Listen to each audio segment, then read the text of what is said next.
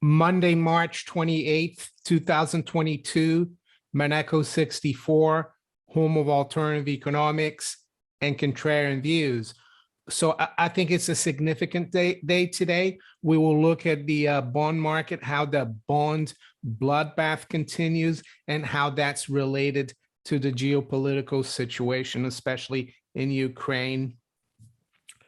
Before I start, though, I like to thank all of you again for your support of the channel. We've reached, of course, over 60,000 subscribers. Make sure you also hit the notification bell to be notified of all my new videos. Make sure you share my content as well. If you think friends, family, and colleagues would enjoy it as well. We need to get the message across. And what is the message of this channel? Well, it's not about getting rich quick. It's about learning how to maybe manage your own economy, your household, exposing the unjust and unfair monetary system that we have, and trying to fight for a smaller government, for free markets and decency, I would say. So back to the subject of this video or report. And what does Ukraine have to do with the bond market? Well, I think it has a lot, especially as it pertains to the petrodollar, because the United States has been, and by the United States, I mean the deep state there, not the American people. And the same thing goes for the UK, the Anglo-American Empire. It's not the British people, it's the British deep state as well. They've been bullying countries for 50 years or even more, making sure that they deal in petrodollars, sanctioning them, especially in the last 2 decades. With Iran, of course, it's much longer, since 1979. It hasn't been a monetary system to help trade and commerce peacefully among nations of this planet. It has been more an instrument used by a bully, and that's the Anglo-American Empire. And now with what's happening in Ukraine in the last 5 weeks or so, it's a huge challenge to this setup, the petrodollar Anglo-American Empire. And I think they're on their last legs, the Anglo-American Empire, just like Zelensky is on the ropes right now. And why do I say that? Well, there's huge news here. And that's why I've been ignoring a lot of the noise in the mainstream media. I've been listening to some commentators that are there on the ground, people like Gonzalo Lira, who's also very neutral. He's in Ukraine, and he makes a lot of sense. But to me, this headline here this morning is pretty big. Volodymyr Zelensky says Ukraine ready to discuss neutrality in peace talks with Russia. Kyiv offers to hold separate discussion on Donbass and Crimea on eve of negotiations in Turkey. So this is one of the main reasons why Russia has been doing what it did, why it invaded Ukraine. And now, after a lot of mayhem, Zelensky is finally giving in. So all the propaganda from the mainstream, from governments of the West, from NATO, US, UK, that we've heard in the last 5 weeks, it's all been propaganda, because this wouldn't be happening. So Ukraine is ready to declare neutrality, abandon its drive to join NATO, and vow to not develop nuclear weapons if Russia withdraws troops, and Kyiv receives security guarantees. President Volodymyr Zelensky said on the eve of a round of peace talks in Turkey on Monday. Speaking in Russian, Zelensky told a group of Russian independent journalists on Sunday that Kyiv was prepared to meet Moscow on some of its demands on the condition that changes were put to a referendum and third parties promised to protect Ukraine. Not sure how that will go down, but anyway, I think this is very significant. It's still early days, of course, a lot could happen, but it shows that Russia has the upper hand, that the Anglo-American empire has lost a lot of influence, a lot of power. And I think what happened last year in Afghanistan, when they withdrew and left Afghanistan in a mess after supposedly having reshaped and democratized that country over 20 years. They left it. The government there fell instantaneously almost, and the Taliban took over. So the other thing that's been happening is that we are told that the international community is behind Ukraine, but I would say it's mostly the Anglo-American empire, Saudi Arabia, and even India. They've continued to deal with Russia, and I don't think the West will have any clout in trying to stop people dealing with Russia with gold. And I'm also starting to see some backtracking here. There's another article this morning, which I found quite significant. And here the bankers know what's coming and they're backtracking. HSBC, one of the too big to fail banks in the UK.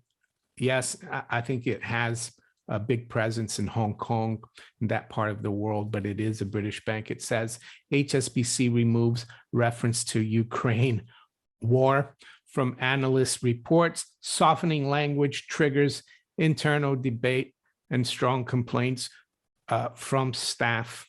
So I'm not going to go through the article because I don't think it's necessary. Just the fact that this is happening 4 weeks ago, this would have been like not possible. And I think, yeah, institutions like HSBC and others are starting to realize the West is lost. And what does that have to do with the bond market? Well, that means that there will be a lot less demand for Western bonds, especially Treasury bonds. We're seeing in Japan, bond market also under pressure. And the Bank of Japan blinked this morning because Japanese yields were going to levels that were not comfortable for the Bank of Japan. They've gone to test 0.25%, which is a laughable level of yield. But the Bank of Japan has intervened and said they're going to buy as many JGBs necessary to keep that rate from rising above 0.25%. So there you go. The move is a big deal. Yen tumbles after BOJ intervenes to cap JGB yields amid global sell-off. So does this mean the Fed, the ECB, let's say the Bank of England are going to do the same? Not necessarily, but it shows that the central bankers are worried about the rise in yields. And I think, as I said yesterday in my live stream, it's very important. It's the lifeblood of this petrodollar credit-driven Western economy. Everything is built on cheap credit. And yes, I'll show you also the Treasury market this morning. We've gone above 2.5% in the 10-year yield. So here we are. We're at 2.514 right now. The 10-year, it's up just over 2 basis points. And the shorter end also is going up quite a bit. Look at the 10 years up 10 basis points. And that's quite significant. Pretty soon it's going to invert. I think Friday, the difference between the 2s and 10s was 20 basis points. Now it's only, let's see, 11 basis points. So pretty soon, when the 2-year yield gets above the 10, that's a huge signal for investors, for economists, that the economy is probably going into a recession. And where does gold, silver, and commodities come in this equation? Well, I can tell you this morning that the commodities are getting hit. And I think it's on the back of this Ukrainian response that they want peace, because they're losing big time, and they will not join NATO, and they will be neutral. And that's kind of unwound a little bit of the positive moves in commodities, but I don't think it changes anything longer term, because the central banks, as we've seen with the BOJ, they're ready to come in again, because they're terrified of higher yields. So that's where we are right now. And with that, we're going to look at where the markets are this morning. So let's share my screen here, market screen, and it's 8:13 a.m. London time. So we've got spot gold, as I said, being hit hard this morning. We're trading at 1935. It's down $23, just over 1%. High has been 63. Low has been right around here at 1933. As I've said before many times over the years, even before the silver squeeze movement started last year, that the only way to defeat the bankers is to demand physical delivery of gold and silver. Yes, you might want to play their ETF game, but if you're really serious about neutralizing them, about not financing them, because when you put your money in the bank, you're financing them. And that's why stacking is so important. And I even made a mug a few years ago. Billy says, snore on and keep stacking. So there you go. We're still trying to do that as much as possible. And unfortunately, the higher the gold price goes, the harder it gets to stack. Silver is still very cheap, of course. So silver right now is at 25.10, down about 1.6%. Low has been 24.99, as you can see here. I expect a lot of volatility. So when you listen to this video, things could be very different, let's say, in terms of the stock market. Right now, as you can see, we're down about 0.25% in the major indices, Dow, NASDAQ, and S&P. The FTSE is up only 20 points. The currency is a little weaker here. Sterling is down 0.25 at 131.50. The euro down just under 1/3 at 109.50. And of course, the big move higher in the dollar has been against the yen, as you can see. Yen is getting a little bit out of control, and that should concern not just the Japanese markets, but the whole world financial market, because as I spoke about this a few days ago, the yen carry trade is still very important to the financial system. So yeah, the dollar's up over 1% at 123.64 against the yen. The yuan, dollar yuan, is pretty steady. It's pretty much unchanged. So we'll check the other currencies. Aussie dollar is unchanged, 75.13. Dollar is up 0.1 versus the loonie at 124.89, as you can see.